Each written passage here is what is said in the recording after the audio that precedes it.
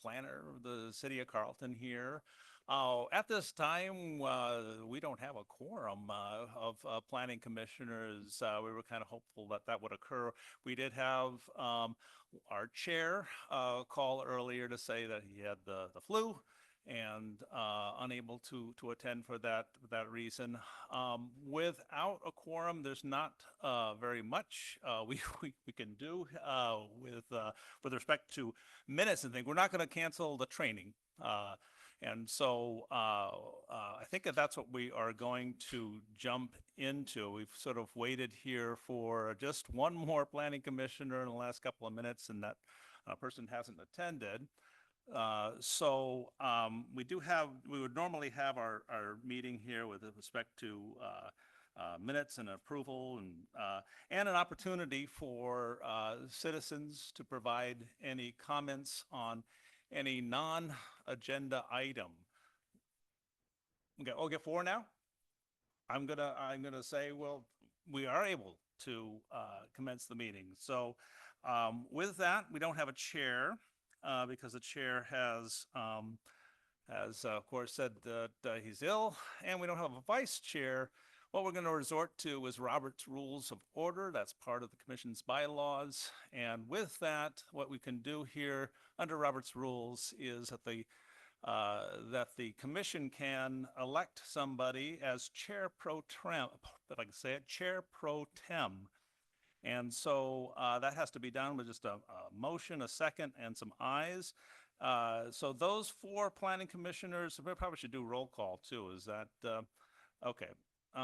Let's do roll call here. We got Commissioner Fernandez Madrid. Is she there?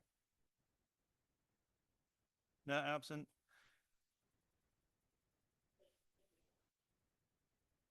Just trying to log in. Okay, not up there, but okay. But it is okay.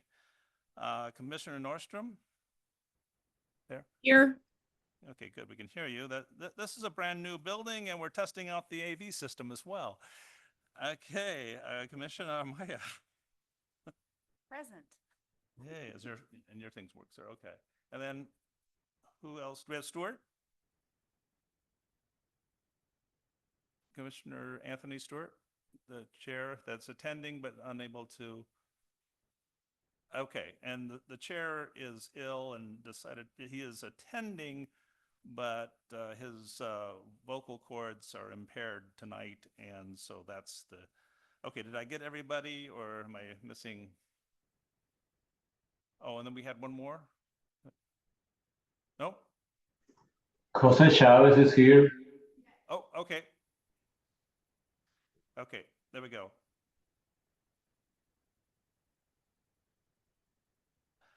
Okay. So we need a motion for somebody to preside as chair pro tem. I should mention here that Noel is here at the table. It's the only one in person. I don't want to influence the vote, but a motion for chair pro tem followed by a second and a vote. I move for Noel to be the pro tem chair. Second? Is there a second? This is only a temporary thing. This is not, this is one night only. One night, and it is not, this is the only gig that you get. So is there a second?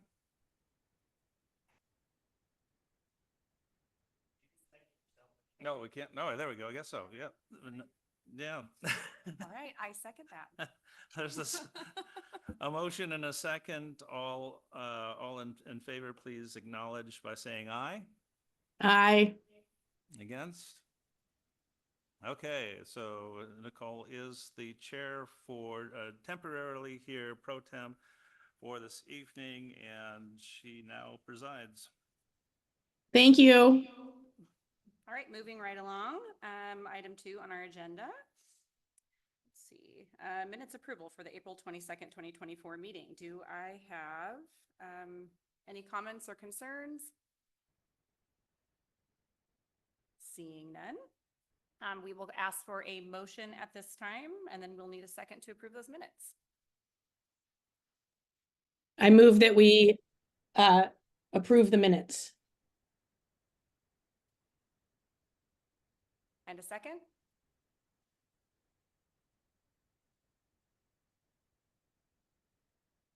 I second that. Excellent. All in favor, say aye. Aye. Aye.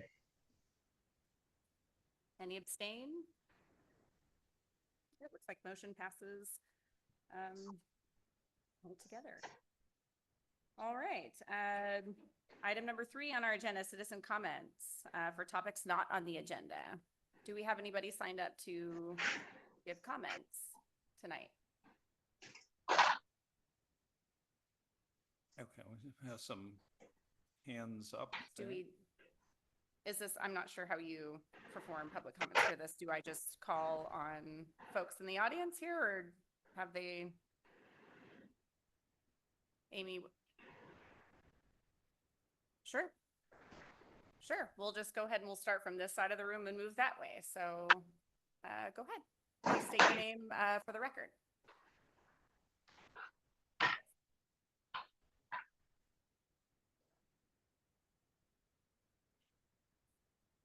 Kathy Dorner. I live at 11200 Northeast Medofrey Road. I have become aware of an LLC business license that was filed for a proposed gas station in Carlton at 714 East Main Street. The property sits between Carlo and Julian Winery and the Han Creek Pump Station. I am worried about the potential for significant environmental damage to the sensitive area on and around this property. I don't understand how this location aligns with many of the criteria stated in the comprehensive policies 5 and 6 for preserving and maintaining creeks and floodplain. Gas stations have impermeable surfaces that are highly prone to surface runoff from gas spills, especially with rain and flood events that will contaminate the creek and surrounding drainage area. It also appears that some site preparation has already begun. Longtime neighbors in Carlton remember the site's use as a former meth house. This meth contamination has polluted the soil area for decades and should still be in the process of reparation. The location also conflicts with our state planning goals to attract visitors. Carlo and Julian Winery is next door and is one of our popular destination stops for visitors in Carlton. A gas station is not going to attract visitors coming into town. A gas station will create dangerous traffic congestion. This location is not conducive to cars and trucks going in and out onto Main Street. And due to the dense development in the area, neighbors are already experiencing increased traffic. Finally, this would be a highly impactful land use change that will alter the character of the neighborhood that has already seen dramatic development. And I just had read the article in the News Register just before I came, so I will be happy if this is at least on pause and going at a more reasonable rate. So thank you. May I address the comments that earlier today I got word that there might be some testimony from folks that are concerned about the service station proposal. I want to make sure it's clear for the record, there is no land use application at this time. So any testimony that you provide this evening under public comment here is not something that we're able to include as part of the record. I'll be very clear as to that there is some interest in that, and the city has, the city staff has, we've met with the interested developer for a service station proposal. We have summary notes, pre-application conference notes that are available through requests, and Amy over there is the one that you would contact, and she would show you what we have told the developer to do as far as preparations. There will need to be certain studies that that the proposal meets as far as thresholds by code. They'll also have to file what's called a conditional use application and a site development application, both major.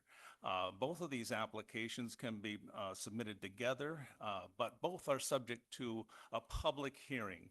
And there would be at least a 20-day notice issued for that hearing. So it would be come before the Planning Commission, but they do not have that information at this time. There is no application that has been sought. And so it is rather premature to address the Planning Commission on this topic at this time. Thank you, Scott. Next, go ahead. Please come up to the podium here and state your name for the record. My name is Felix Madrid. I live at 1000 East Main Street in Carlton. And Scott, I appreciate your comments. My understanding from what you said is that we cannot submit any testimony other than what we are saying at the present time. So I have a letter here I'd like to read. I was going to submit it to the city. I will wait until there is an application to submit that.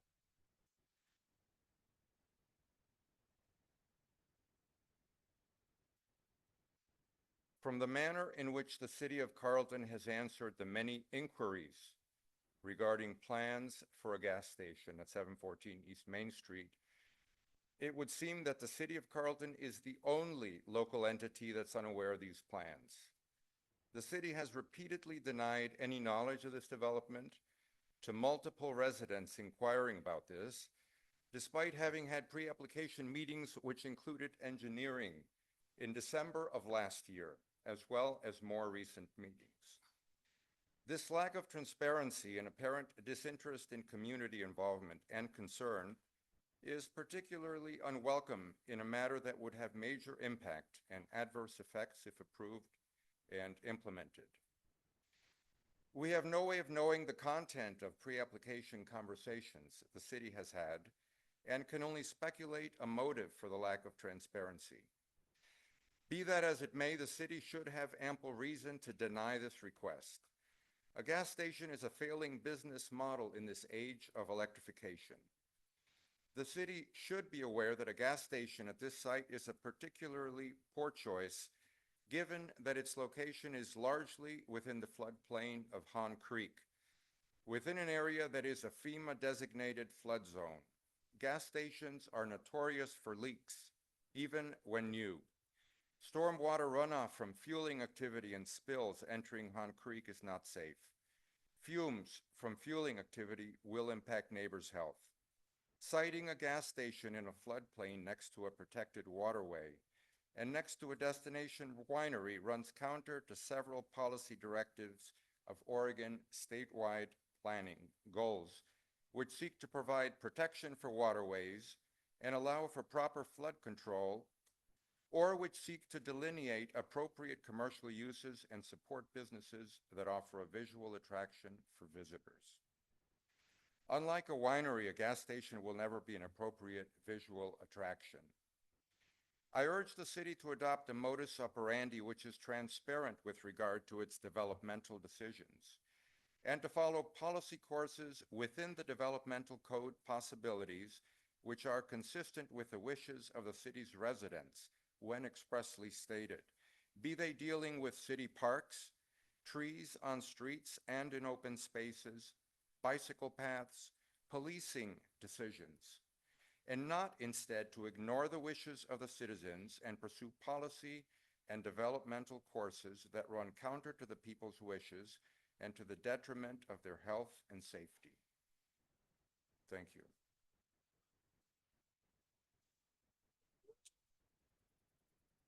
Thank you for your comments. Do we have anybody else in the audience who would like to provide public testimony? Yes, sir. Please come forward. State your name for the record.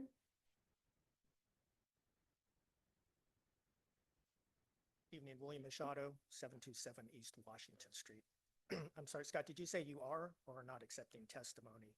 related to So, the, yeah, this is, I want to make sure it's clear here. This is a matter, and actually, for those, we have a training tonight. We're going to be talking a little bit about the record and what Oregon state law says. And so, yeah, we do not have an application. So I don't know, there's might have been some, well, we don't have a land use application.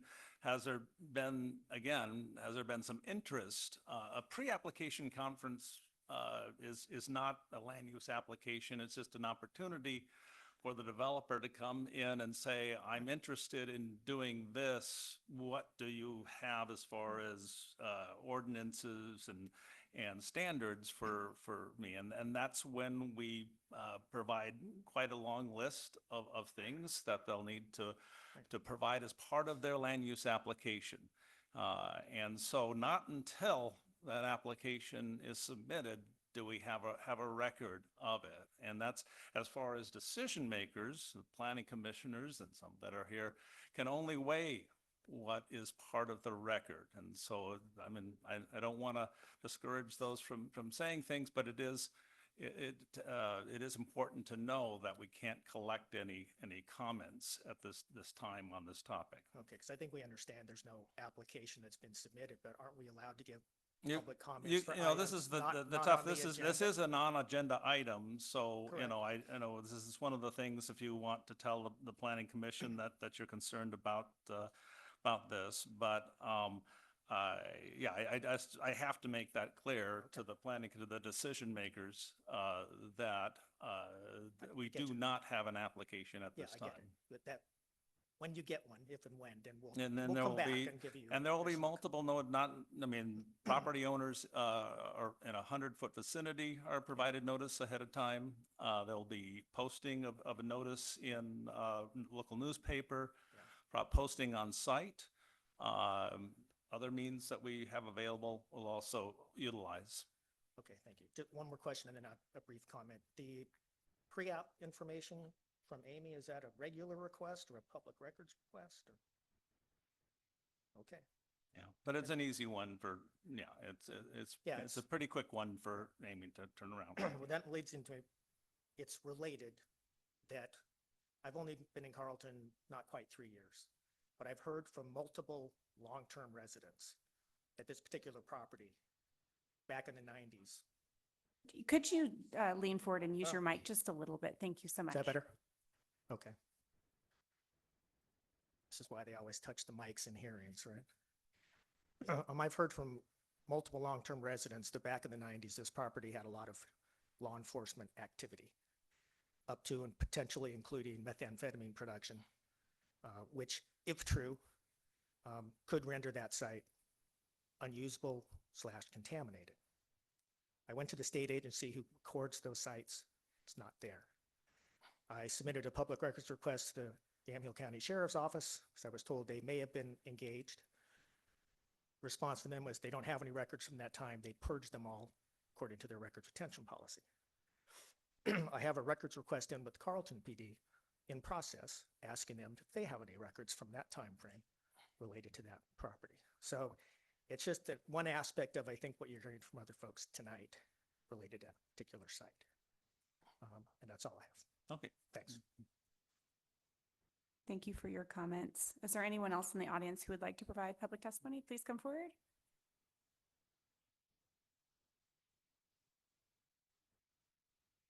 Thank you for this opportunity, just to voice, even though we are aware this is very early. Can we get your name and address, please? Oh, thank you. My name is Robin Geck. I live at 539 North Cooch Street. I think there was just great alarm because of the circumstances and being so close to Han Creek and the floodplain. And so we were strike eagerly. And I appreciate all your information. We appreciate all your information you're sharing and helping us understand a little more of the process. And we will wait. I have a packet of signatures, over 100 signatures, that we got within less than 5 days, that I'll hold on to these and bring them forward if and when there is an approval or a seeking for an application. Thank you. Thank you for your comments. Is there anyone else in the audience who would like to provide public testimony? I think I missed this person I cannot see with glasses on their head. Oh, yes, please come forward, Susie. I do know you. Hello, thank you for this opportunity to speak. I'm Susan Turrell. I live at 416 Link Street in Carlton. I want to identify myself as one of the people who, as soon as dumping began, notified DEQ and DSL immediately. And they have told me that they reached out to the city right after that report. So I appreciate their efforts in making sure that the dumping and the bulldozing of fill potentially into the floodplain was taken care of. I understand the process of land use planning. I was a former planning commissioner. And I appreciate that this has not reached the land use planning stage. However, I do realize that in conversations with the developer as they meet with the city staff and possibly other officials, that it would be an opportunity for the city to mention that there's a significant population of Carlton residents who have no interest in a gas station that includes a FEMA floodplain and a Pond Creek wetlands and its associated fringe wetlands. I have grave concerns based on the prior grading and drainage oversight in the city of Carlton, from personal experience, experiencing over a foot of water in my backyard that had to be subsequently remediated because of poor oversight and planning for grading and drainage. And also residents in JR Meadows who have, even in their new homes, complained of poor grading and drainage and swampy crawl spaces and swampy backyards, to the extent that typical rainstorms cause debris to run off through their backyards into the street.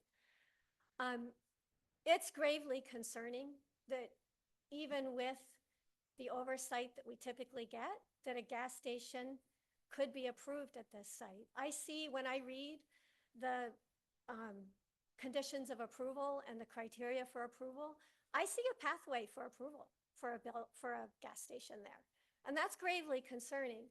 And so I guess my comment would be a call to attention. This needs meticulous, diligent oversight. We need to be partners with DEQ. I mean, in the context of the violations to the tune of $11,000 for failure to monitor and failure to submit accurate data to DEQ, I have concerns that we may not be trustworthy partners. And so I would like a call to attention that we become partners that are reliable and that we exercise the utmost meticulous oversight of any land use planning around a gas station. Thank you. Thank you for your comments. Is there anyone else in the audience who would like to? Go ahead, sir, come forward. Yes, you. Yep. Please state your name for the record. So my name is Todd Merkel, sorry. 562 North Cooch. I'm relatively new, but my wife has lived here for 50 years, sorry. Well, our in-laws also live directly across from the proposed gas station site on the other side of Main Street, right across from Felix. So questions directly for you, Scott, is if you had meetings, pre-meetings with the developer back in December, were they given a tacit or a direct approval to start remediating the site? And also, I'm assuming no. Okay. But my other question is, what's being done to, first of all, to stop that, to ensure that the developer doesn't do anything, and also what sort of punitive damages, if any, for them encroaching on the wetland without permission? If we did that in our home, as if we did anything without a permit, we would be subject to to discipline. So I'm curious what the city's doing to ensure that this doesn't sneak in while they're going through the process, while dump trucks don't continue to encroach on the wetlands. And as you can hear, everyone's really passionate about it. Obviously, progress marches on, but on the edge of a wetland, that just seems like a really bad idea. And thank you. Okay, and yeah, so there, nothing has been issued, just as far as any approvals. It does require a public hearing. It's not in the city's administrative authority. Sure. It can't be something over the counter or something that's we can do. It has to be approved by the planning commission to an application that has not yet been You've made that submitted. very clear, but. Yeah, so there's but how some, have they started there work? was some activity out from what I've heard. One of the things too, the city development code was just updated. We have a new grading permit section that just a week or so ago became active, and so now grading we have certain thresholds for grading where that can't not occur without a grading permit, where we didn't have that in the code before. So we do have some new code that just came online, or just came effective, I should say. And so there's a greater ability to control some things that may have occurred that that the city might not have had the ability to. But definitely, without question, I think I haven't been in contact with the developer, but my understanding is that there hasn't been, if anything, they don't have the approval, and then they've been contacted not to do any more activity out there. So I mean, that's about all we have, but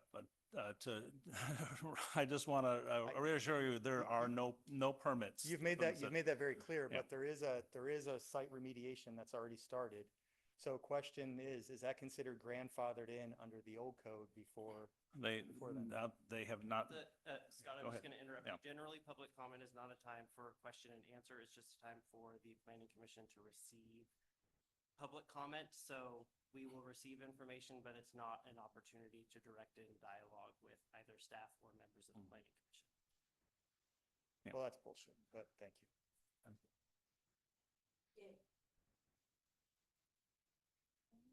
Is there anyone else in the audience who has public comment tonight? Is there anyone online who has public comment? No? Then I believe we can move on to our next topic on the agenda, which is our planning commissioner training. Yes, that okay. correct? Yes, that's it. I think that's right.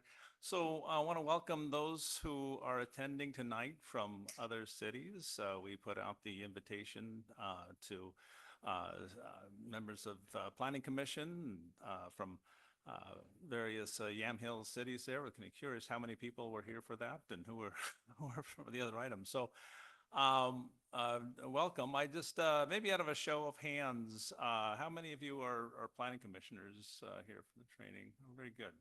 Just kind of curious what we have here. Scott, next time we should have our training before we have our public comment period. Maybe that's a, yeah. So we did not expect a lot of comment. Typically, that's not something that the planning commission has seen on the agenda, but we do appreciate the patience here.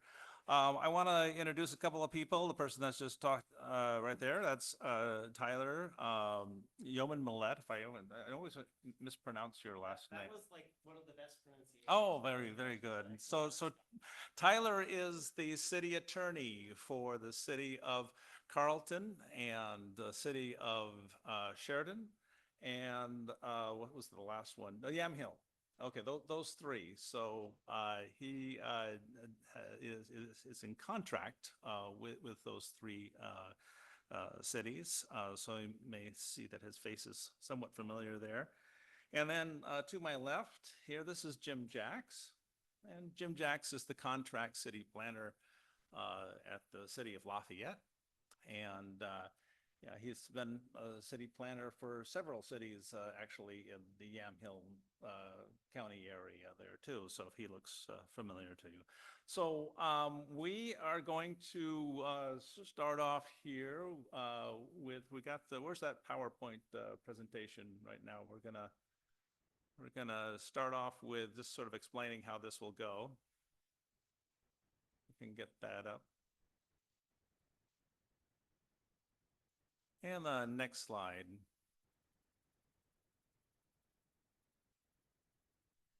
So I mentioned Jim Jacks and Tyler Yeoman Millette and myself there, that Jim will provide the first 20 minutes or so, just giving you the 1,000-foot level overview of the statewide planning system. Talk a little bit about the state and local relationship. And then Jim will talk about the codified role of a planning commissioner and the uncodified role and what that entails. And then Tyler will talk about all of the legal stuff, the staying out of hot water, disclosing ex parte contacts and conflict of interests and all that kind of stuff. So that will be his focus. Right after Tyler, there will be an opportunity for some questions if you have for that topic. And then finally, with me, I'll wrap things up with an exercise, depending on how much time we have. We're going to try and get you out of here by 7:30. So without further ado, I'll introduce Jim Jacks, who's going to talk about the history of planning in the state. Thank you, Scott. So if I've got a red light, do I need to push a button? Yeah. It's green. Can everybody hear me okay? I hope so. If not, just raise your hand and I will speak louder or put the mic up in my mouth or whatever needs to be done. So this particular slide is an interesting one. On the left, it has a study that was done in 1972. And the basic question way back then was, does Oregon need to do any planning? Does the Willamette Valley need to do any planning? Well, there were big issues. Some said, yeah, of course. Others were saying, what? No, we don't need anything like that. Well, back in the 70 census, the state was basically 2 million people. And the little blip on the newspaper article, Northwest population to double. So they were thinking, yeah, maybe in 50 years, there'd be 4 million people. Imagine that. And just for comparison, over the decades, Washington has had about twice as many people as Oregon. California has had about 10 times as many. So when Oregon had 2 million, Washington had 4 million already. California had 20 million already. So in that newspaper article, it talks about, gee, if we're going to be growing like we have been, we could end up seeing like 400,000 new people every 10 years. Well, yeah, okay, but that's only 40,000 each year. And in these last 50 years, there's been a year or two when there were like 68,000 new people that came to Oregon. And over the decades, Oregon, even going up into the 70s, post-World War II, Oregon had a slightly higher population increase than the national average. So, has anybody been to Tangent, Oregon? All right, just south of Albany. Pretty hard to know that you're in Tangent. Has anybody been to Christmas Valley? Oh, there was a hand up in the back. Christmas Valley, north end of Lake County. Lake County is kind of east of Klamath Falls and Klamath County, for those of you that don't get out into the hinterlands. Has anybody been or is aware of Charbonneau? Part of Wilsonville? So way back in the 60s, there was I don't know, I guess it was late 60s in Tangent, a regional shopping center was proposed. And it was going to serve Lebanon, Albany, Corvallis, and anybody else it could scoop in through its marketing area. That put a bit of a chill on a lot of people in the Willamette Valley. A shopping center out in the middle of nowhere. Tangent wasn't even a city, incorporated city in 1970. And when it was up to the 1980 population, it was a city, but 478 people were there. So imagine a regional shopping center here at Carlton, let alone a regional shopping center maybe at St. Paul, which today only has about 450 people. Another big scare was in Christmas Valley. A California developer bought a few thousand acres and platted, I don't remember, something like 3,000 lots with an airport. The airport's there. It was actually put in. a public swimming pool, community center, and all those sorts of things that you would typically or had found in California developments. But there was no water system, no sewer system. So everybody down there, the whatever, 200 or 300 people that live there now, they're on wells and septic systems. But several thousand lots at that location really had some people perking up a little bit and getting their antennas energized. Then in the Willamette Valley North End, Charbonneau came along and nobody thought that anything, any kind of urban, even suburban development would be south of the Willamette River. Well, Charbonneau happened. The city of Wilsonville, which incorporated, I think in the 1960s, said, sure, we'll annex that property. There were no UGBs or anything like that, no land use planning. So the city said, sure, we can annex that property. We'll get a sewer and water line hanging on the bridge that goes over the river, and that'll be great. So it happened. A golf course residential development south of the river. That got some real attention. So next slide. In the early 60s, Oregon's property tax system was based on what the property could be used for, not what it was used for. So if you're a farmer and you're anywhere near a city, and in the 60s, just generally post-World War II, there'd be a subdivision pop up on the farm next to you. And then the assessor would say, okay, we're assessing that at its use and its single-family residential.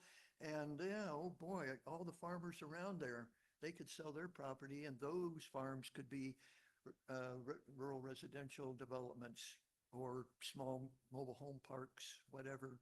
And so we will increase their property value, and that means their property taxes would go up. So Hector McPherson, a dairy farmer in Lynn County, said, good heavens, I don't want that to happen to me. I don't want to be taxed out of my farm. I want to be a farmer. That's what I'm doing. Yes, he did take a little bit, like so many million Americans, of a so-called sabbatical, you might say, from farming to do his duty in World War II. But when he came back, he was a dairy farmer again. So he went to work and said, I don't like the property tax system. And he was aware that in other states, a few, not a lot, they had a property tax system based on the current use of the property.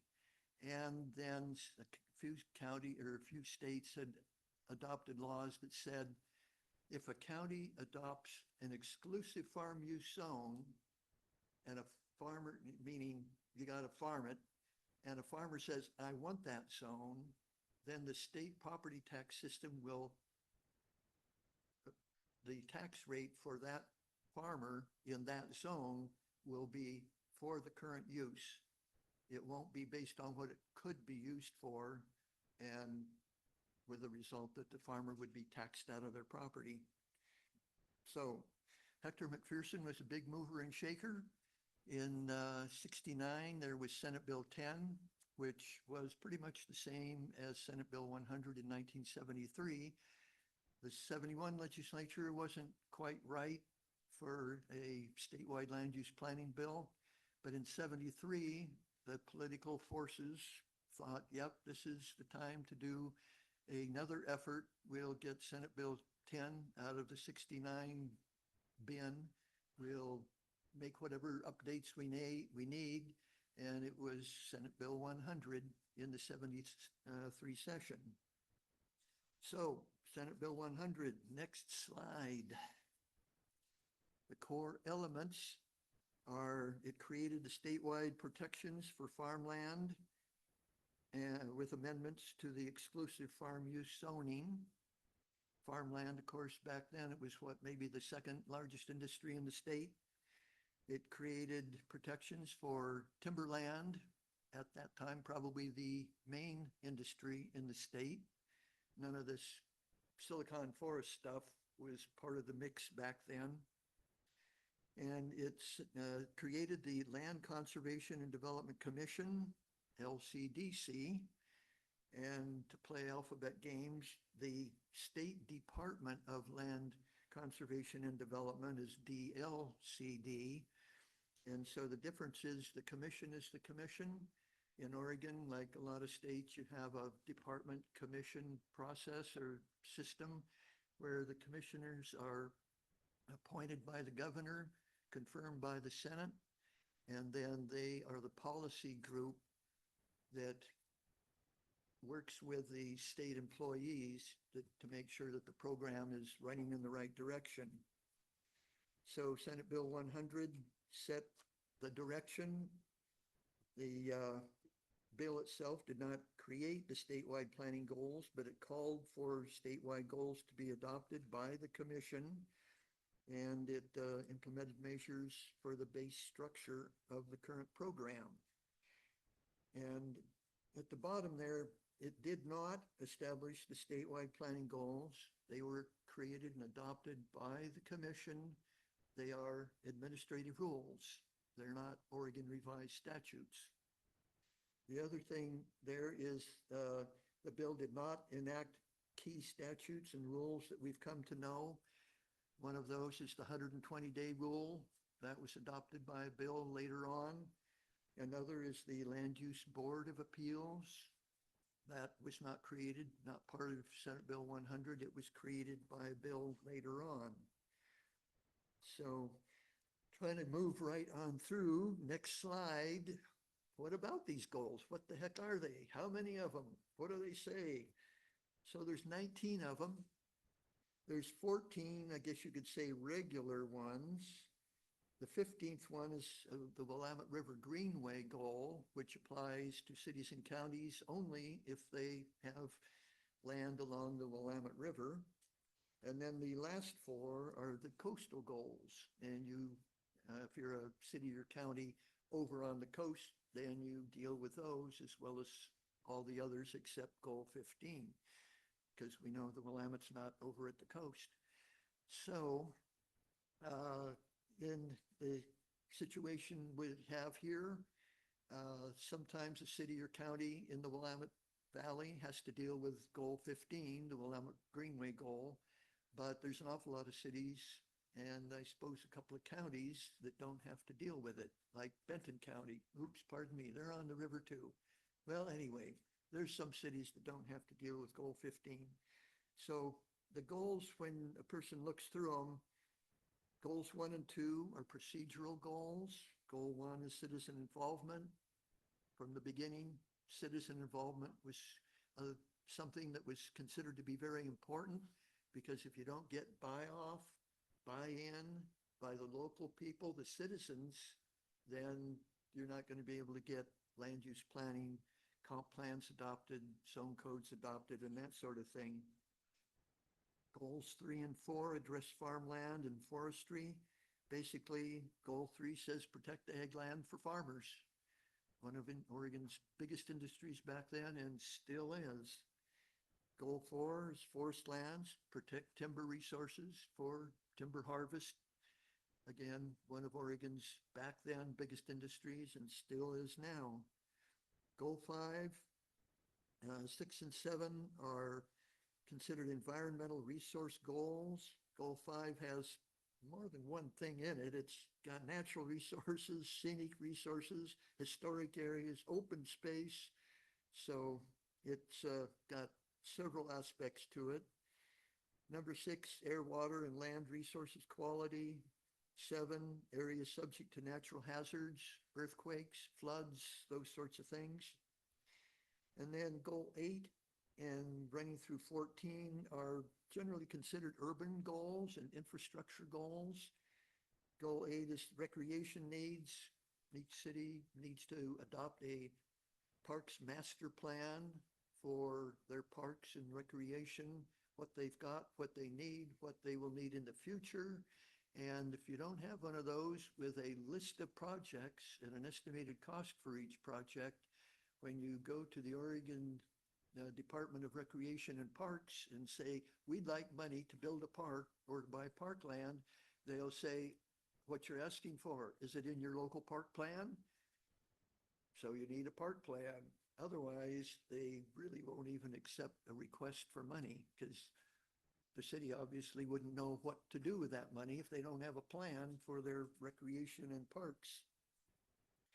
Number 9 is economic development. That's an interesting goal, along with goal 10 on housing. But imagine living in a state that doesn't require a city to have an inventory of land for commercial and industrial development. Well, you're imagining 49 of the 50 states.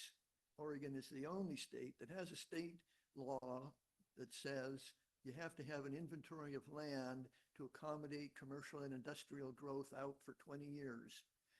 Similarly, goal 10, housing, you need an inventory of land to accommodate housing for a period of years. So if you ever hear anyone say that the statewide goals do not support development, you can let them know that Oregon's the only goal that, or the only state that requires cities to provide land for commercial, industrial, residential development. And in there, kind of embedded, interleaved among that is land for city halls, schools, all those other kinds of things that come along that are part of public services. So 8, 9, 10. If you're going to have urban areas, you need some sewer and water. And so goal 11, public facilities and services. You got to have those sewer and water pipes to support growth.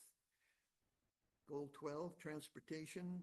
It's not just roads, but it's transit, it's waterborne commerce, it's air, it's pipes in the ground, natural gas pipes, those kinds of things. Mostly it is vehicular type transportation, but again, you need to plan for your transportation system to support the urban levels of development that you're planning for in your city. Urbanization, 13 is energy conservation. It's kind of a minor goal that's never gotten any real traction or attention. It's there, but basically it just says conserve energy, and nobody's ever really grabbed it by the horns and done anything with it. Goal 14, urbanization. That's the urban growth boundary, UGB, not the other order of the initials, but UGB. And that is, I guess, what a lot of people consider to be the signature goal of the statewide goals. Every city is required to have an urban growth boundary where the city, within its current city limits, would grow out into. And so you're not making ad hoc decisions every time you're annexing. You are annexing land that's always going to be in your urban growth boundary. And then you apply a zone to it, an urban zone. The county's rural zone goes away, and then development occurs, whether it's residential, commercial, industrial, public, whatever. So with that, there's another slide. It's about the DLCD, the department where the state employees work to administer the program. And it's mainly just DLCD webpage. You can go to their webpage and it's got tons of stuff in there. It'll take you a whole lot of time just going through to see what's there, let alone actually reading any of it. So next slide is the comprehensive plan structure. So every city and county is required to have a comprehensive plan and implement the plan with development regulations. So this figure here, it has the comprehensive plan in the middle, and kind of at about 10, 11 o'clock, it has inventories. Goal 2, land use planning. That's a process goal. You have to make decisions based on inventories, data, gathered information, hopefully all factual. The 12 o'clock position is goals and policies and actions. That's kind of the heart of the comprehensive plan. Often they're only 20 or 30 pages long. And then you've got these other things like your goal 12 transportation system plan that can be 200 pages, and water master plans, sewer master plans, all kinds of master plans that are a whole lot more pages than the goals and policies themselves. There's things called at 1 o'clock area plans. And typically in a smaller city, you don't have too many area plans, but if you're in a bigger city and one part of town has got its own kind of character, then you can have an area plan for that part of town. In the 4 o'clock position, the analysis and all these other things that go to comply with different goals, the TSPs, or Transportation System Plan, and it's a big deal. You designate collectors and arterials, you set forth how wide your rights of way are to be, how wide your curb-to-curb improvements are to be for arterials, collectors, freeways, if you have those through town. That's goal 12 related. Goal 9, economic opportunity analysis. That's where you go through and inventory and analyze your economy.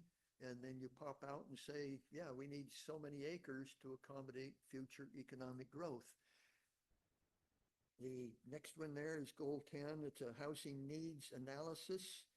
And along with that, there's a buildable land inventory. So whenever you're saying we need so many acres, you want those acres to be buildable. Is that the 20-minute? Or is that something else? Oh, we're kind of, Okay. we ought to keep going though here. Yeah. We do, yeah, Yeah, we're a just little bit over few time more. than, yeah. So anyway, housing needs analysis, buildable land inventory related to goal 10.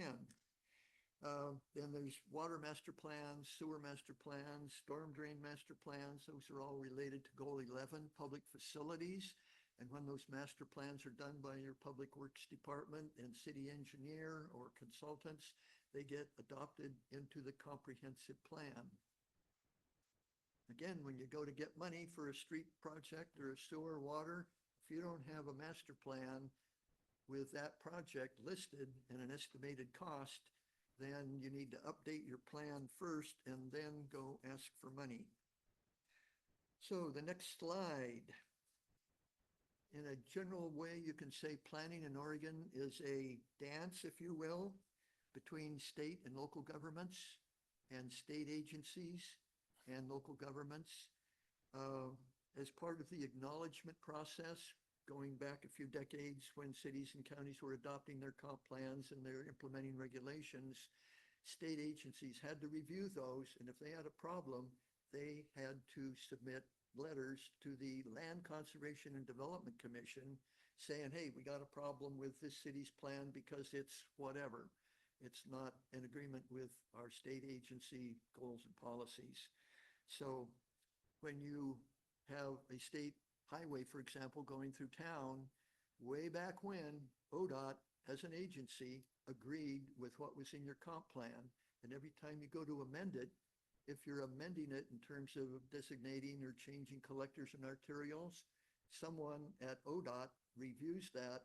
And if they have a problem, then they comment to the local government at the time of the public hearing process through the Planning Commission and the City Council. So sometimes at the local level, you say, oh, we love DLCD because they support whatever. Other times, local government says, we want to do this. Oh, yeah, but it's not quite what DLCD, the department, and the commission are into. And so then you say, oh, those state agency people. So it's kind of like being an attorney. Sometimes you're in court arguing with an opposing attorney about something. And yeah, then when the court thing's all done, you're maybe neighbors, who knows? You're talking over the back fence and having a good time about the theory of law. Attorneys make bad neighbors. Oh, okay. So going on to the next item. This is just a quickie, part of the dance between the local governments and the state. Post-acknowledgement plan amendments. So if you're amending your comp plan or your zone code, it's called the post-acknowledgement plan amendment process, and there's some things in that process, one of which over on the left side the city has to provide a notice to DLCD at least 35 days prior to the planning commission's first hearing about what's being proposed. That way DLCD can look at it and say, oh, yeah, this looks consistent with the statewide goals, or, oh, no, this is a problem. And then once the item has been adopted, you send a notice of adoption so that DLCD can see, and others that have access to it, like state home builders and all the environmental groups and so forth. You can't do anything to change a comp plan or your zone code without the development side of the world and the environmental side of the world and all the bureaucrats in between being notified and knowing about it. So the notice of adoption lets everybody know, and if they submitted comments in objection to, then they could appeal the adoption of that change. Going on. Next slide, the codified structure in Oregon Revised Statute 227. That's the city planning and zoning section. It's kind of weird, but it has a bunch of things related to cities and zoning. But ORS 197 has all the stuff about the basic program itself. So if you're looking for a lot of things, you go to 197. If you're looking for other things, you go to 227. So one of the things in 227 is membership of the Planning Commission. And I suppose back in the good old days, however long ago you want to imagine that, there'd be nobody but business people on the Planning Commission, and they took care of their business. And then some other cities might have, oh, there's a whole bunch of school teachers, and all of a sudden they were deciding things in a particular way. Or you might have realtors or developers or whatever group of people. So the yellow highlight, no more than 2 voting members of the commission may engage principally in the buying, selling, or developing of real estate. It doesn't say anything about teachers, but it does say at the bottom, no more than 2 members shall be engaged in the same kind of occupation, business, trade, or profession. So the idea is a mix of occupations, a mix of ideas, a mix of everything. Going on to the next page, another item from 227090, powers and duties. There's a lot of things that the Planning Commission by state law has the authority to do. A lot of times it's not done, but the Planning Commission can recommend and make suggestions to the City Council on, well, 5 items, A through E. It can recommend to the council or other public authorities plans for regulating future growth development. Oh, that's right up the alley of the comp plan and zoning code. Recommend to the council other things at the very bottom. So that's kind of the ORS role of the commission. And then in your local code, sometimes even in your charter, but in your local city ordinance that creates the planning commission, then you can have the commission with roles and responsibilities that other commissions and other cities don't have. So mainly it's planning commission has the decision authority for certain decisions. Well, then the planning commission has the authority to make a recommendation to the council, and the council makes other kinds of decisions. So understand that if you're on the planning commission, you don't get to be the final decision authority to change zone, change a comp plan designation, or change the language of the comp plan typically, or to change the language of the zone code. Those are rules, laws of the city, and only the governing body can change the rules, the laws of the city. So uncodified, this is the last item, uncodified role. It's kind of one of those things where what is the role? Well, it can be a lot of different things. So your role is to consider all documents when you're having a public hearing, all documents in the record. If you're going to make a decision, you need to know what the information is that would lead you to approval or denial, or approval with a condition of approval. You can ask questions of staff if you're unsure or need clarification. It's best, in my opinion, to ask questions of staff before the hearing so that then you go into the hearing knowing the answer to your question. And that contact is not what's called ex parte contact. Tyler will cover that, ex parte contact. Ensure any conditions of approval on a decision are sound, clear, and reasonable.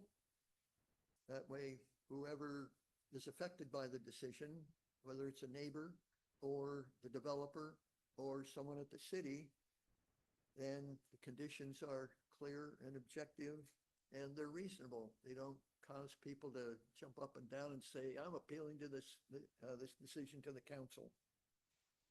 So be respectful to other planning commissioners and be respectful to the people who are testifying. Often they don't have a lot of contact with city, but when they're testifying, it's the big deal for them.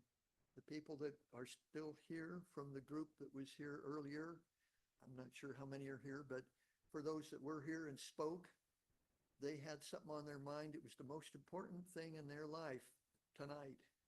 And the planning commission needed to be respectful. They were respectful.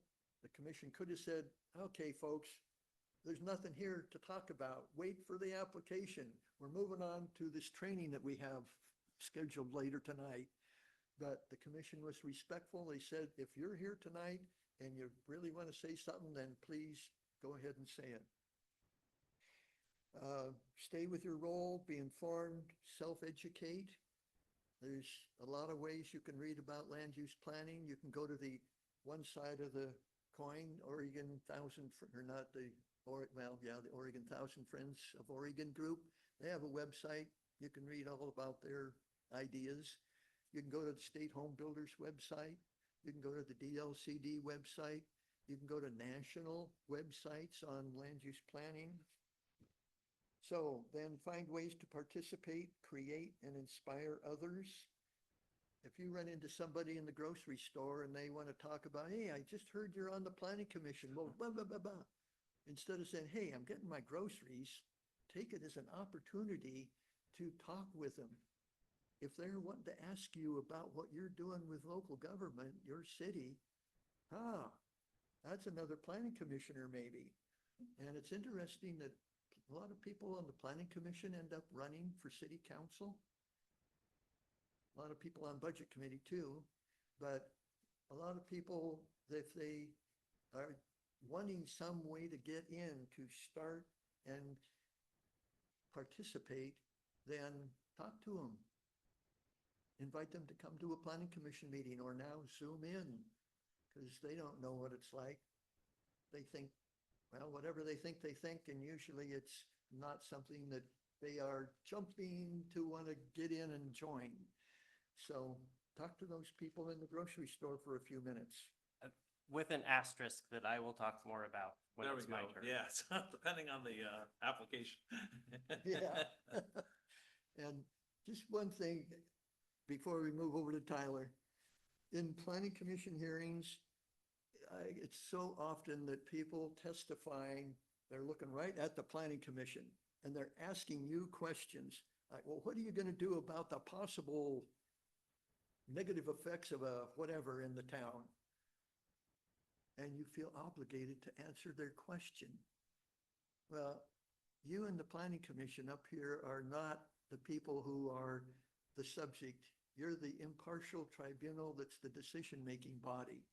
And the chair would say, we appreciate your questions to us, but we'll have the applicant explain to you what the applicant is going to do to respond to your concern. So don't feel obligated to answer questions unless you're an expert in the field. And if you're an expert in the field, then you will know that you don't need to answer the question. It's up to the applicant. Thank you, everybody.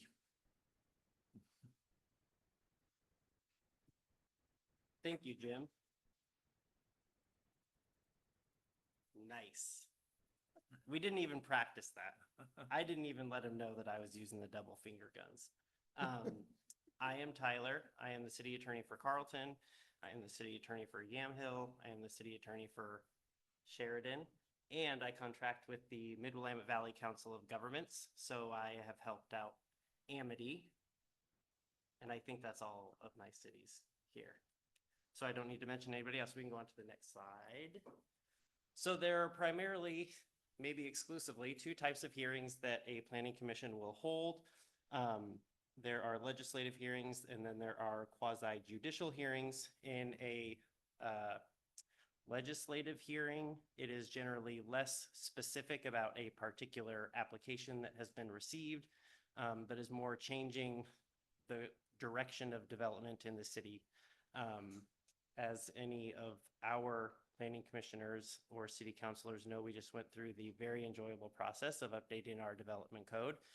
And we had, well, I guess only one or two actual legislative hearings, but we had many years of meetings talking about those. So those can be pretty fun. For kind of getting ahead of myself in the slides, but that's okay. In a quasi-judicial hearing, that is where we are going to have the planning commission make a decision. So it's not something that's discretionary. They can't choose to not do anything. They have to say yes, or they have to say no, or they have to say yes with conditions, or I guess you would never say no with conditions because a no is a no. There's a little note here, it's kind of small, but there is the seminal Oregon Supreme Court case, Strawberry Hill Four-Wheelers v. Benton County, that describes how a court would decide whether a local government's action was quasi-judicial or legislative. And I know that that case sounds very, very exciting based on its title. So boring to read. I would highly recommend not. And I'll teach you everything you need to know.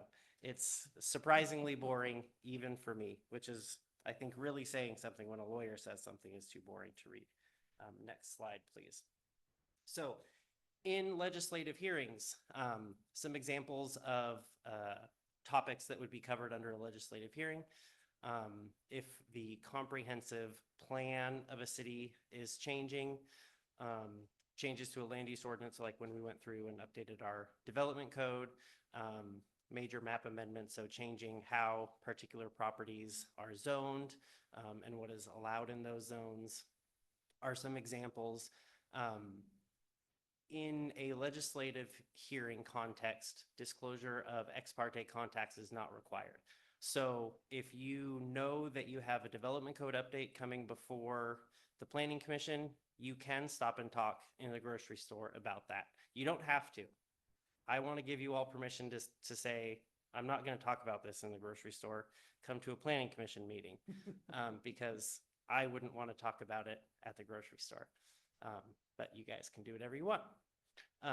If you have a conflict of interest, you still have to disclose it in a legislative hearing. I think we have more discussion about conflicts of interest later on, so I will not say what I almost said. Like I said earlier, no decision is required. So there may be obligations outside of the hearing itself that would require or highly recommend that the planning commission take whatever legislative action is being recommended, but there's no clock ticking. Generally, there's the planning commission or the city council can just say, you know, I'm not really ready to do this. Let's do it later. And there may be some negative consequences, but those are only very particular instances that I shouldn't have even mentioned. Next slide, please. Thank you. So quasi-judicial. This is where we are actually going to take action on somebody asking for something, generally. So it often is only impacting a limited number of property owners, whether that's abutting a subject property or within a certain distance of a subject property. Whereas in the legislative context, it's much more broadly applied, can be impacting the entire jurisdiction or a smaller subset. In a quasi-judicial setting, we are not making the decision based on what we like or don't like. Well, I'm going to take that back. We should not be making those decisions based on what we like and don't like. in a quasi judicial hearing, the planning commissioners or the city councilors should be objectively applying the applicable criteria and determining whether the application in front of them meets those criteria. We can dislike an awful lot of things, but folks are entitled to a fair and unbiased hearing when it comes to a quasi-judicial land use process. And so just because we don't like something, we should not, that shouldn't govern whether we say yes or no. We apply the criteria as they exist. Now, the planning commission or city council could undertake legislative action so that the applications they are going to receive are more likely to be something that they like or dislike, but that would be through the discretionary legislative process, not through a quasi-judicial hearing. I'm trying to give you time, Scott, because I know your stuff is good. That's So we can all go right. to the next step, please, or next slide. So there are very particular time constraints for quasi-judicial hearings. So once a local jurisdiction, specifically cities in this context, receives an application and the application is deemed complete. So the city has said, yes, we have all of the information and materials we need to make a decision on this application. That jurisdiction has 120 days within which it must come to a final decision on that application. And that final decision doesn't mean at the planning commission level necessarily saying yes or no. We have to account for the time for a potential appeal. I don't like getting into a time crunch toward the end of a 100-day period. I know that Scott and Jim don't like it either. It's not very much fun when we have to haul in our city council because we weren't expecting this appeal. It appealed and now we have a week and we have to get them a final decision. That's not fun. If the city doesn't render a final decision within 120 days, absent consent from the applicant can file in the circuit court, it would be Yamaha County Circuit Court here, for a judicial, it's a writ of mandamus that would require, it was essentially implement the application as applied. So takes it completely out of the city's hands and just says, yes, you get what you applied for. That's missing a lot of the nuance, but hopefully we never have to experience that nuance because I will guarantee that all of my jurisdictions render a final decision within the 120-day period, so we don't have to have that fight.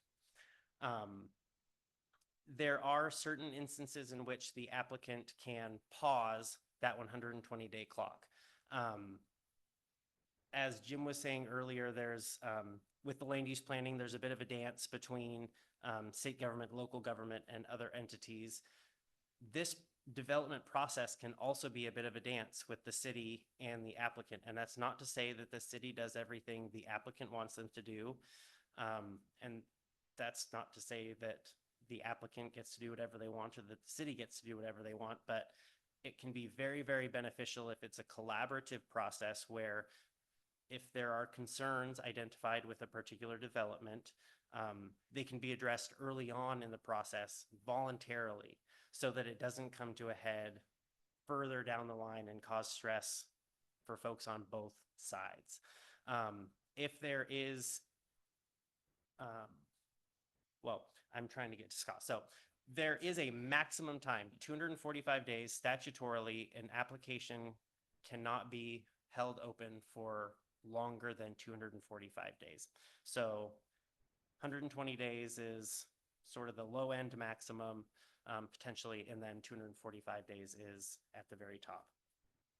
ORS 197.797 guarantees that any quasi-judicial land use process, those applicants are entitled to a fair process. They're entitled to, they have certain constitutional protections.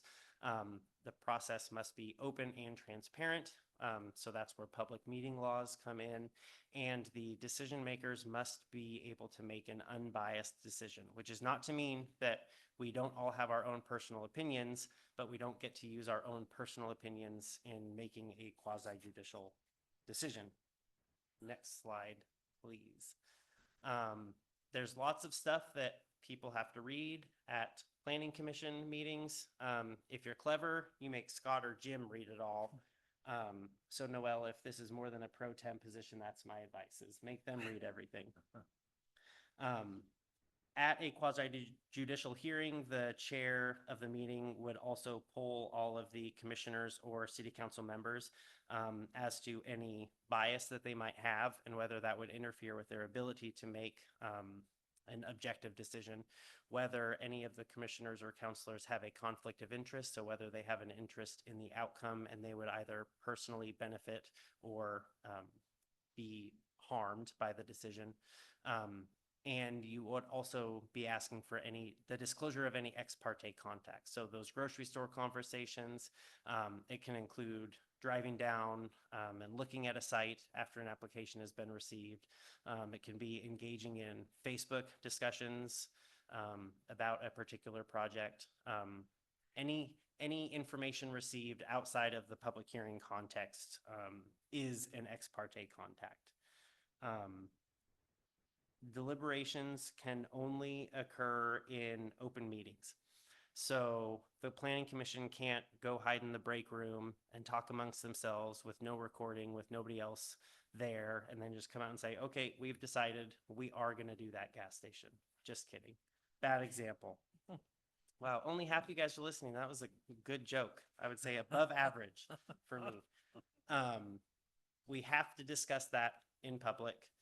We have this beautiful new civic center, not City Hall, Civic Center, because it's for everybody. That's what it's here for. And now we have Zoom. There's no reason that anybody in the public should be surprised or feel like they don't know what's going on, because we're here. You can listen in. Next slide, please. Ex parte contact is any contact outside of the record. So like I said, it can include a site visit. It can be written or it can be verbal. I suppose there are instances where it could be something besides written or verbal. I'm not sure exactly what that would be, performance art of some kind. But an important exception that I often forget to cite for people is talking to your city staff is not ex parte contact. So you can come to us if you have questions about an application. If you get this 500-page packet and you're like, what the heck is going on? Scott, you prepared a 50-page proposed order. What are you talking about? Why do we need 70 conditions of approval? Contact your folks, talk to them, make sure you understand what you're going to talk about in the meeting. That's okay, that's allowed. You don't have to disclose that. It won't disqualify you from making any type of decision. And this is maybe more of a personal opinion than a legal opinion or anything, but I think those one-on-one conversations can be so much more efficient to address questions, to address concerns, than having a discussion in an open meeting, especially if it's on something that can be somewhat contentious, either among the commissioners or council members or between the council or the commission and the public. Talk to your staff. They are generally very smart and know what they are talking about. Even me. Next slide, please. Yes.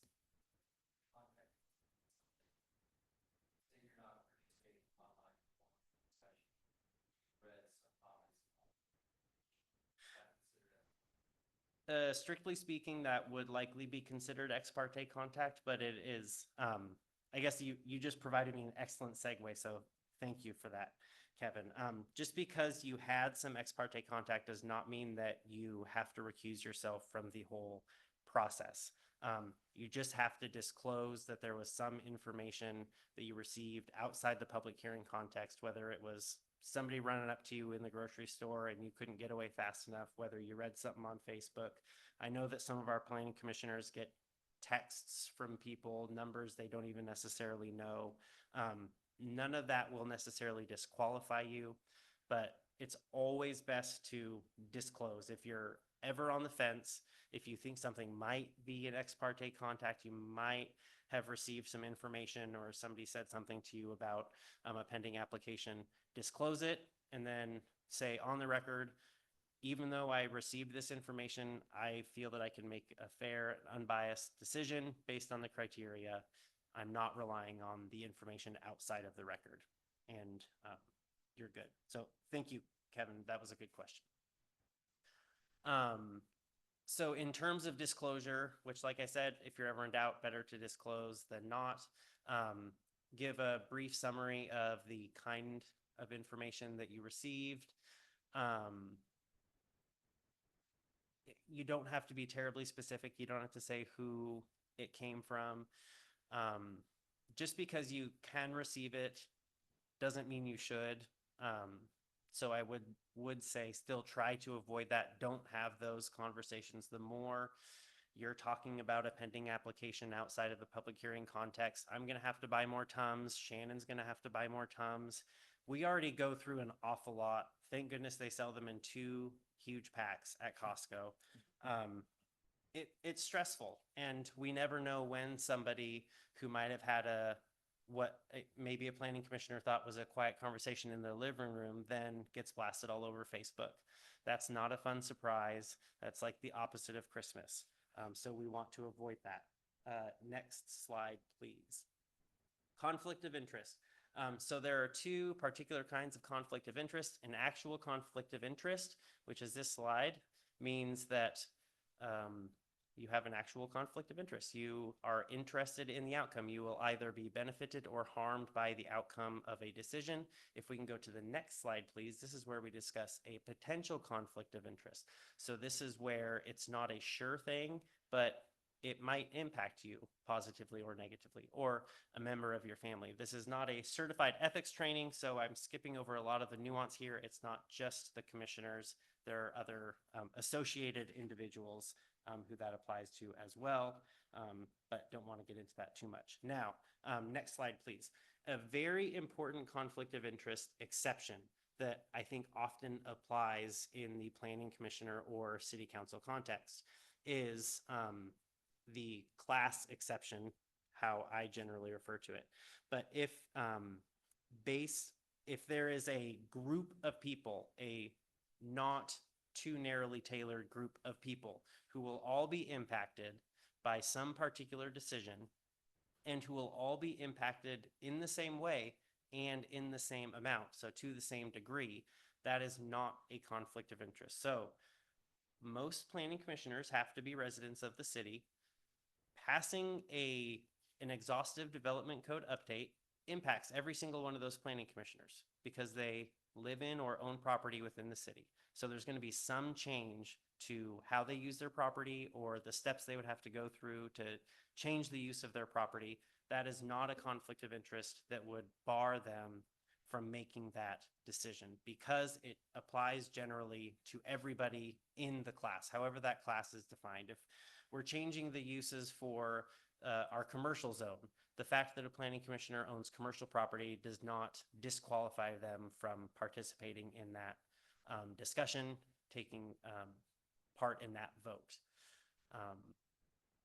Next slide, please. Oh, so you don't have to go back, that's fine, but talk to your city attorney if you have questions. We're mostly nice, I think, because I represent like 8/10, 80%, 4/5. I represent most of you. I'll tell you whether things are okay or not okay. Disclosure of conflicts. So if you have a potential conflict of interest, so you or your family member or somebody associated with you might be impacted by a decision, you should announce the nature of the potential conflict, and this should be at the very early on process. So not after you've participated in the discussion, not after you've taken a vote and you say, oh, by the way, that's actually my employer that we're talking. That would be an actual conflict of interest, bad example. Announce the potential conflict of interest. With a potential conflict of interest, you can still participate in the discussion and the decision-making process. Generally, I would advise that if it's a potential conflict of interest that is not even reasonably likely, but if it's not a leap to see how it might impact somebody on the commission or on the council, I would always err on the side of caution and say, let's have you not participate in this one. Let's have you either sit up here, not participate. Best case scenario would be, don't be at the dais for this discussion, just so that we avoid any and all appearances of impropriety.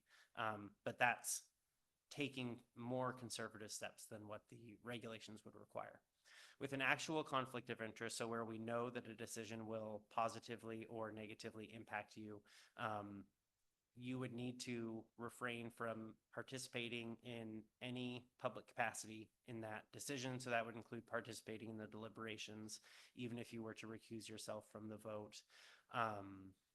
You should just stay as far outside of it as you can to ensure that whatever hearing or application is in front of the council or commission is receiving a full, fair, and objective hearing. Next slide, please. Bias is pretty straightforward.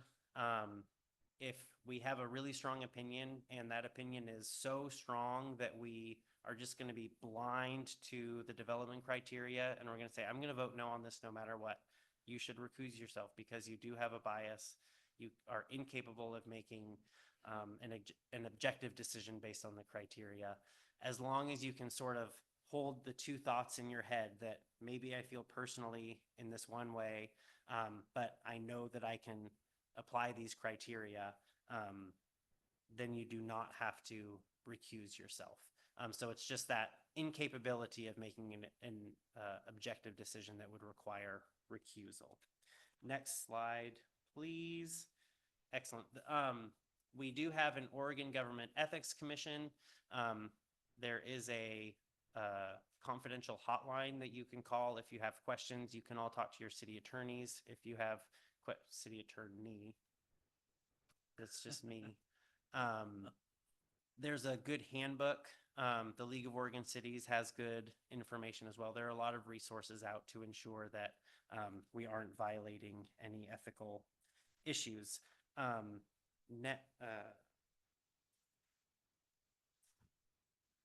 do you want to handle this, Scott? We're pretty far over.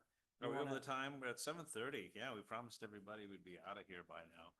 Well, this is the last slide coming up for question. More important is questions that you would have for Tyler. This is a very important part for commissioners. I have seen planning commissioners and city councilors go through an ethics review.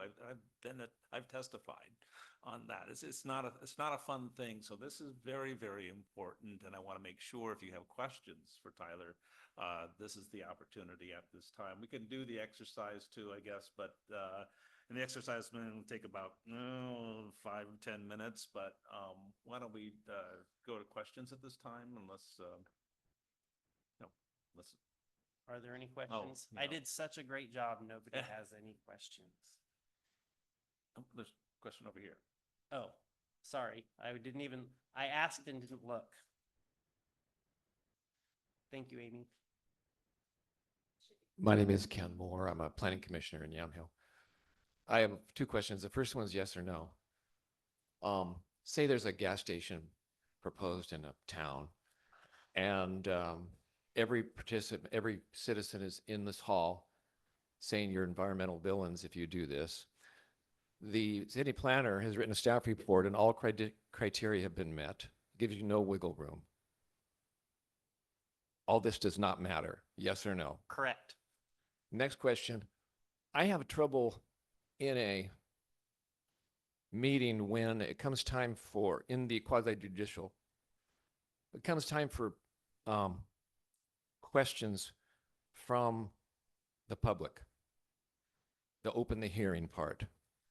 They want dialogue with the developer. Is that appropriate? It's not inappropriate to give you a double negative answer. I think that I tend to prefer pretty rigid hearings, just because it can quickly devolve if everybody thinks it's just a free-for-all and they can ask whatever of whomever and, getting out of order. But statutorily, the developer or applicant does have the right to respond to the information, to the public testimony, whether that's just statements or whether that does include questions. So it would ultimately be, it is appropriate for those questions to be asked. It would be up to the chair on how to best facilitate that, whether, you would potentially interrupt the testimony portion to provide sort of a back and forth, or whether that would just come from the applicant after all the testimony has been received.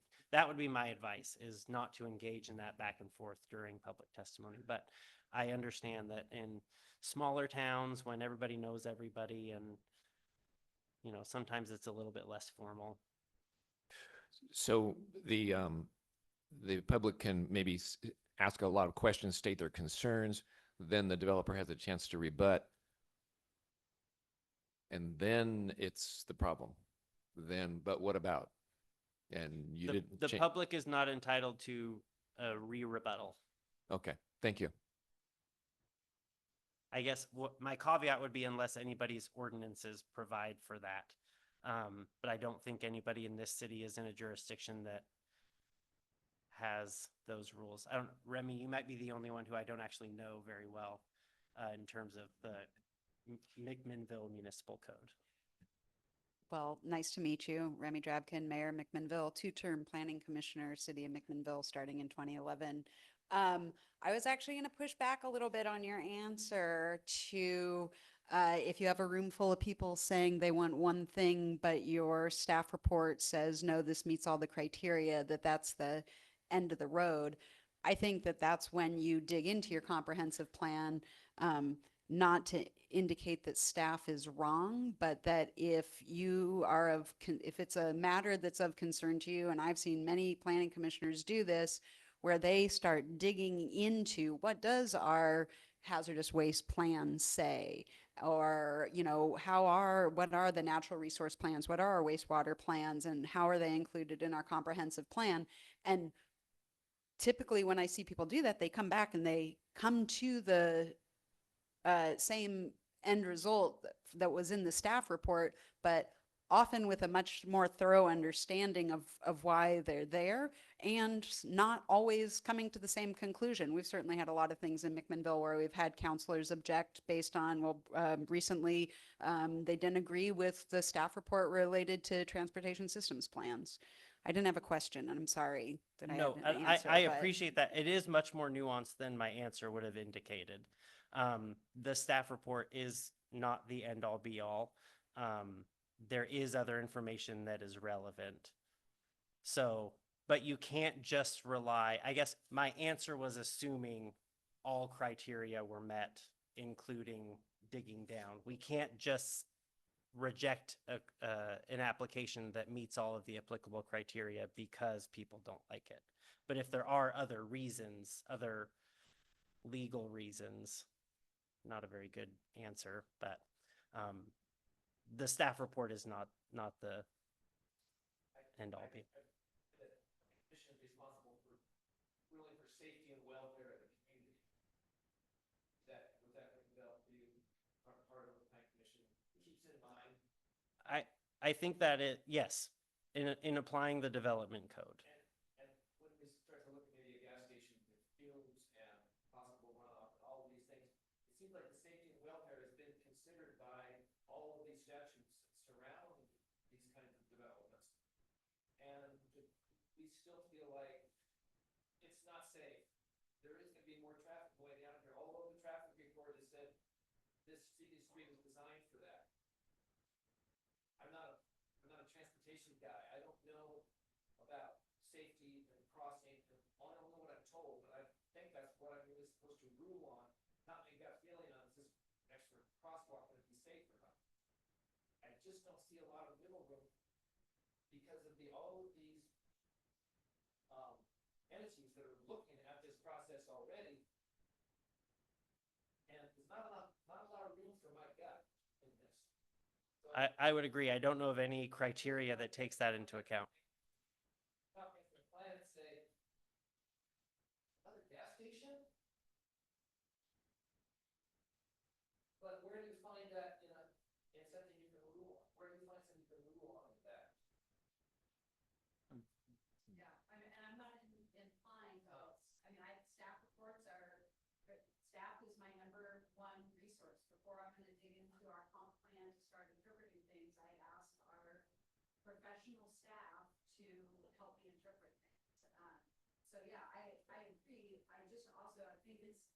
dangerous to imply that staff is the final word because it's why you have elected and appointed bodies. Thank you, Remy, for your comment. That gives me something to think about in the future. I would get it. I'm just going to speak on one of the slides that are up here. We've talked about this slide too much here, but on the related note, there typically staff reports include findings in response to approval criteria when standard approval criteria are clear and objective, and when applicants' plans materials clearly show compliance. Alternative findings for denial are very hard to make. That's increasingly difficult for housing developments. There's a lot of rules now, and more so. Jim talked about goal 10 with housing. There's a whole bunch of rulemaking that's occurred recently where if you approve if it's a housing development on the agenda, it's only clear and objective standards that you have to work with. With a gas station proposal, it might be some discretionary approval criteria. And this in here, and as I announced earlier this evening, the gas station proposal will be subject to a conditional use application, and in part that has discretionary approval criteria. So that is not a housing development project. There's still criteria to be addressed and standards and things like that. But yeah, projects do differ in types, and different rules apply.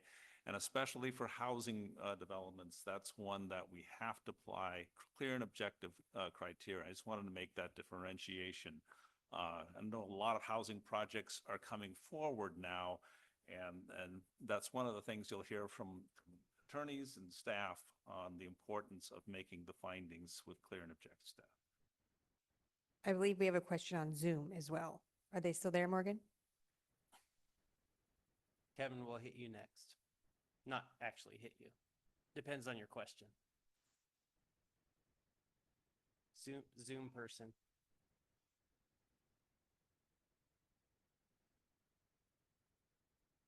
Four years of Zoom and it's still hard. Still working out the AV bugs. It's good. Yeah.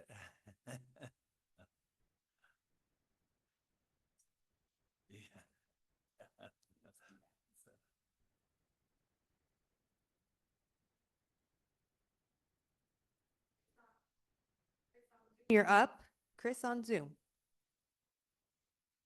Hello, I'm Chris Wright, Planning Commissioner for the City of Newburgh. And the OGEC had public meeting laws with the Rural Advisory Committee this year. We met from May to July. I happened to be appointed to that committee.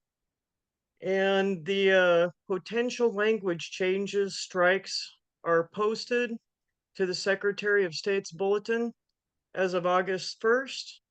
And on August 21st or 23rd will be the first public hearing to allow for public comment on the revised potential changes.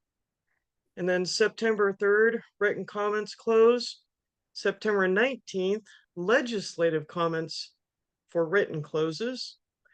And then it's to be announced for the date that the OGC rule writers and coordinators will take the proposed rules before the commission to be voted on. And October 1st is the anticipated date that the PML rules will be in effect. And I just wanted to update everybody on that, so you have a heads up. Thank you. Thank you, Chris. I didn't know that that was going on, so I appreciate that. Maybe You are nobody else in here very- does, but I do. You are very welcome.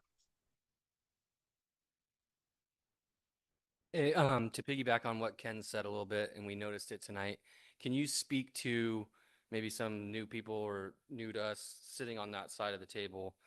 Why is it not allowed to dialogue with the public comment portion where you just have to sit there and they're asking questions and you're with a blank stare? Well, Can you what just I touch on that? Yeah, my first part of this answer is going to correct your question because I have no authority to say what elected or appointed officials can or can't do. I can advise you that something would be a really, really bad idea, but you guys go rogue sometimes out here. I mean, it's Yamhill County after all. But it's really, there are a lot of reasons, practically speaking, why I really don't think that that should become a dialogue. But more narrowly looking at the purpose of this training for land use purposes, that is, especially like tonight, we don't have any application before us. If we did, it would be maybe slightly worse. But the commission doesn't necessarily have all of the information to answer the question. I know certainly sometimes there are questions that are directed at me. I have no problem sitting there with a blank look on my face. I guess I just have more practice than most. I don't always have a great answer ready. Sometimes it's a complicated question. Sometimes it's a question that's, somewhat rhetorical, but they want an answer because they're trying to get a rise out of you. But in general, I think during public comments, it's a very unproductive way to dialogue with folks. Similar to talking to your city attorney or talking to your planner, talk to your constituents. One-on-one conversations are much more effective. It's a better way to share information, to really drill down and figure out what they are asking and why they are asking that question. Because it could be, go a totally different direction than what it seems. I'm not sure that I really answered your question, Kevin. But sometimes it feels like it's a hard line, and I'm not picking on you, but like tonight you said, this is not the time to, and it makes sense for tonight's meeting, but say that application was turned in, and this is the time for public comment, and they're looking at the planning commission to have a dialogue. I think Experience in the past, it's still public comment, dialogue. Sounds like the safest way to go. Yeah.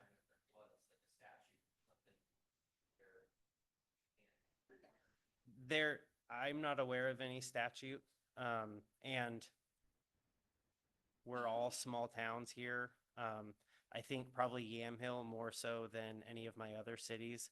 It's the same 10 people that show up to all the meetings. You know each other. That sort of back and forth is just much more natural and less disruptive in that context. I think I am on the sort of extreme edge in not wanting to open that door to a back and forth, because then it becomes really hard of where are we putting the line if some dialogue is okay, but also some dialogue would be too much. I think it's easier just to have it be pretty cut and dry. We'll hear what you're going to say. If it's something worth addressing at some point in the future, our mayor can follow up with you, our city manager can follow up with you.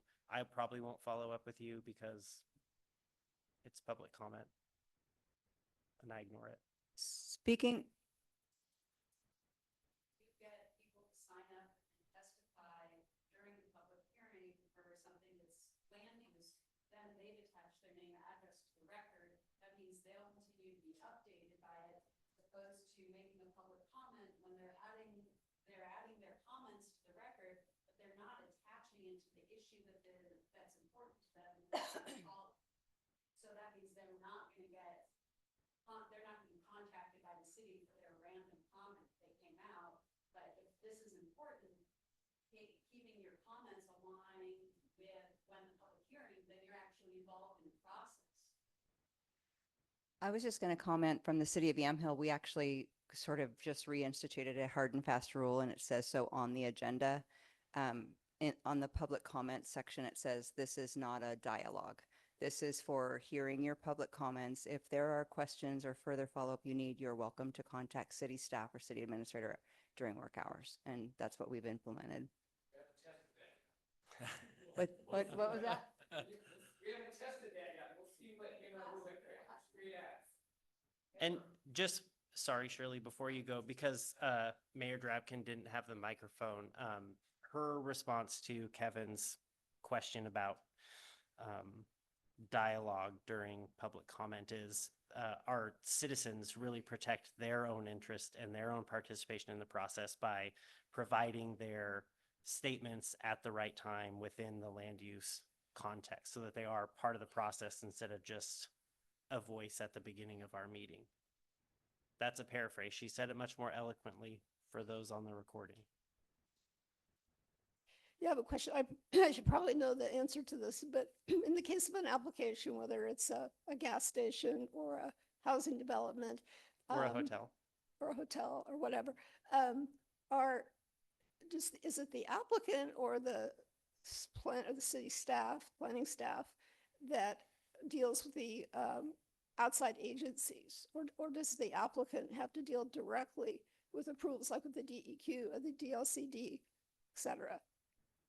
I'll give a brief answer and then I'll let. And that second question is, and when those findings come back, is there an opportunity for the commission or the council to want further information from those agencies regarding their findings? So I don't know the answer to your second question. Scott or Jim probably can answer that one. In terms of comments from public agencies in a quasi-judicial setting, it would generally be the applicant has to deal with those outside agencies for permitting or to meet whatever regulations there are. It's less inviting comments in the quasi-judicial setting. In a legislative setting, like with our development code update, we did send that. We have to get comments. We get comments sometimes right before our meeting, sometimes after. I think we got some comments after our actual public hearing on the development code, or almost.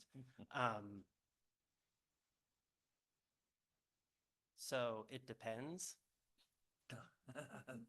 But it depends on what the action is. But in a development application context, it's more likely the applicant will work with those agencies directly, and it might or would be a condition of approval as part of the application that, you know, they'll get their 1200Z or 1200C from the DEQ, that they'll do the wetlands delineation, all that fun stuff that's on the applicant. And a lot of those items are required, you know, the study is required, if the ordinance describes it, you know, up front. And certainly there are some due process, like Department of State Lands for wetlands, certainly requires, that cities identify if there are wetlands in the area there. We have maps for that purpose, and Amy's really good when an application comes in, sends all the information to the Department of State Lands. So there are some procedural elements that state agencies get involved that way, and we would inform them at the pre-app stage. Hey, you're going to need to hire a wetlands biologist to do a wetlands study, and here's where you can find what the contents are for that. And so we make the expectations early on, deeming the application either complete or incomplete if there isn't that information that we've asked for specifically in that long-winded pre-app summary that we prepare. So anyways. Any more questions on? Just, I have a comment about kind of an overall look at land use planning and decision-making, particularly quasi-judicial at the planning commission level. Planning commission, if you ask them all, they say, yeah, we want to make a good decision. Nobody's sitting up at the planning commission dais saying, yeah, I'm here to make a bad decision tonight. And so the information that's entered into the record that night at the hearing should be factual. And if someone has talked to someone in the community 2 or 3 days ahead of time and has some information in the back of their mind, well, it's an ex-parte contact. And so to make sure that everybody, the decision makers, as well as all the parties for and against and the applicant, knows that you have that in the back of your mind, and that might be the item that makes you vote yes or no, or want a condition of approval. Well, if you don't explain what you got, the information you received during that ex-parte contact, then nobody out there will know And maybe that information isn't true. Maybe the person that talking to you intentionally wanted to sway you and told you a lie on purpose.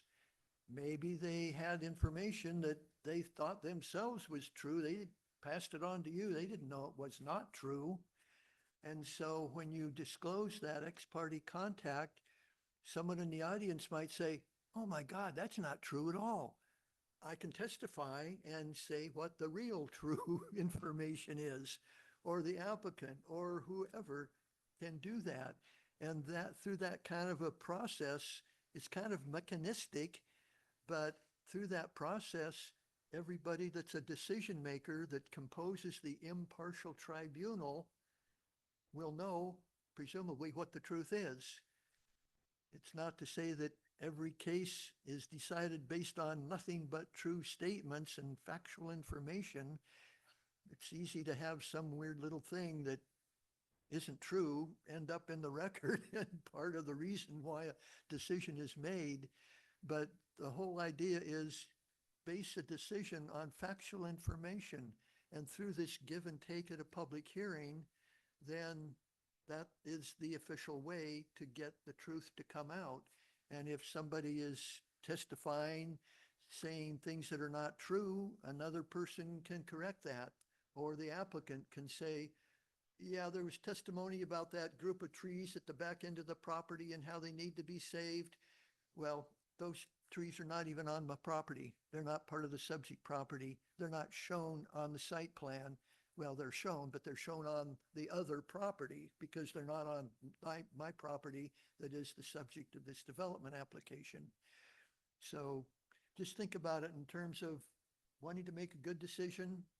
Basing that decision on factual information is a really good way to get to a good decision. I think that we're kind of closing up on the hour here, so I'm not gonna, I don't think we'll do the exercise. It wasn't much anyways towards the kind of just to test your knowledge on what Tyler had to say there. So is there any other questions before we adjourn here? And I think the chair will have to do something, get an adjournment here, but. Yeah, do we still have folks online? Okay, do I have a motion to adjourn from my fellow planning commissioners? I move to adjourn. And a second? I second that. All right, all in favor, say aye. Aye. Aye. Meeting adjourned at 7:54 PM. Thank you all for attending. Appreciate it. Yeah.